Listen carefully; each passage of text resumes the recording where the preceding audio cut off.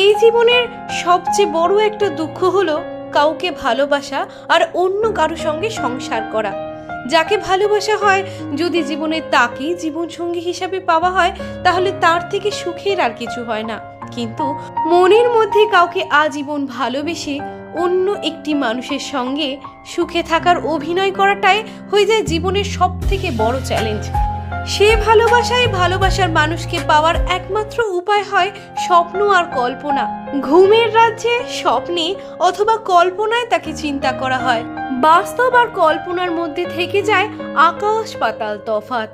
এই দুই তফাতের মধ্যেই মন মাঝে মাঝে বিভ্রান্ত হয়ে পড়ে, বুঝতে পারে না যে সে আসলে কার সঙ্গে আছে, কার সঙ্গে সুখে থাকে। সে বুঝতে পারে না ভালোবাসার অর্থ কি, বুঝতে পারে না এই জীবনে তার কি করা উচিত।